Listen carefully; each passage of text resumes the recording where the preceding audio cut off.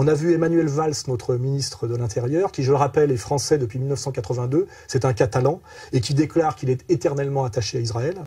Par ma femme, je suis lié de manière éternelle à la communauté juive et à Israël, quand même.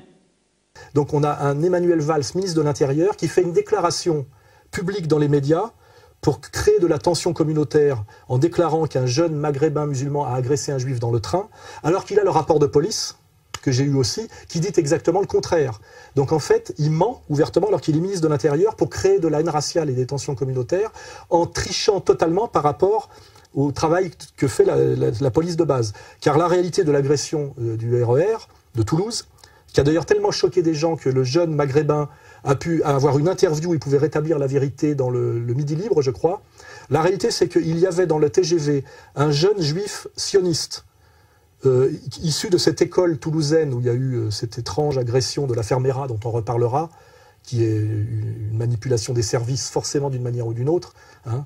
Par contre, cette école confessionnelle était une école franco-israélienne qui, si on regarde bien, j'ai des témoignages, hein, j'ai des gens qui sont pions dans ce genre d'école, n'est absolument pas une école qui promeut l'égalitarisme républicain, l'antiracisme, mais c'est une école qui promeut la soumission à un État étranger, qui pratique la ségrégation raciale et le suprémacisme théologico-militaro-racial. Voilà.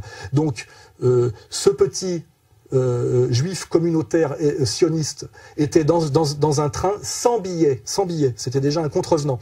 Il téléphonait non-stop avec son portable sans aller sur la plateforme à haute voix. Il gênait les gens du wagon, dont une mère de famille avec un bébé. Le jeune maghrébin qui lui a demandé d'aller téléphoner sur la plateforme n'était pas un délinquant, c'était un jeune Français qui allait intégrer l'armée française comme maître chien. Donc là, on est face à un militant israélien, face à un Français patriote. Hein. Et effectivement, ça a tourné en bagarre, et le jeune israélien suprémaciste théologico-racial lui a donné un coup de boule et lui a cassé le nez. Et après, il y a eu bagarre. Donc ça ne s'appelle pas une agression antisémite. Ça s'appelle un voyou juif israélien qui se tient mal dans un train et qui normalement aurait dû être sanctionné pour voyage sans billet, agression, etc., etc.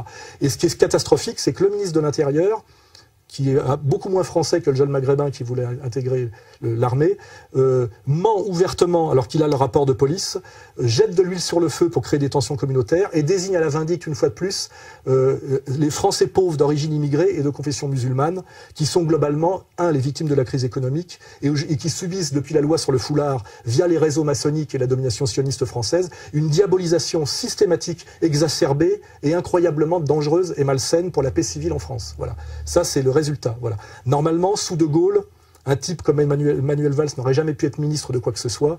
Et si à un moment donné, la France reprend le pouvoir sur elle-même, c'est pas ce genre de hauts fonctionnaires que nous mettrons en avant.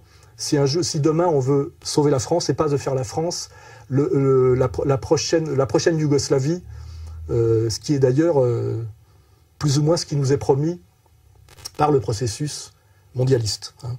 Voilà.